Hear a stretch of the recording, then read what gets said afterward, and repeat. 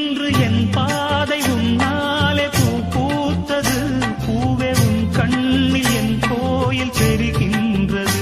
உந்தன் பேர் கூட சங்கீதமாகின்றது. பொழுது நமக்காக விழுகின்றது. ஓடும் கங்கை நதி இல்லை என்றால்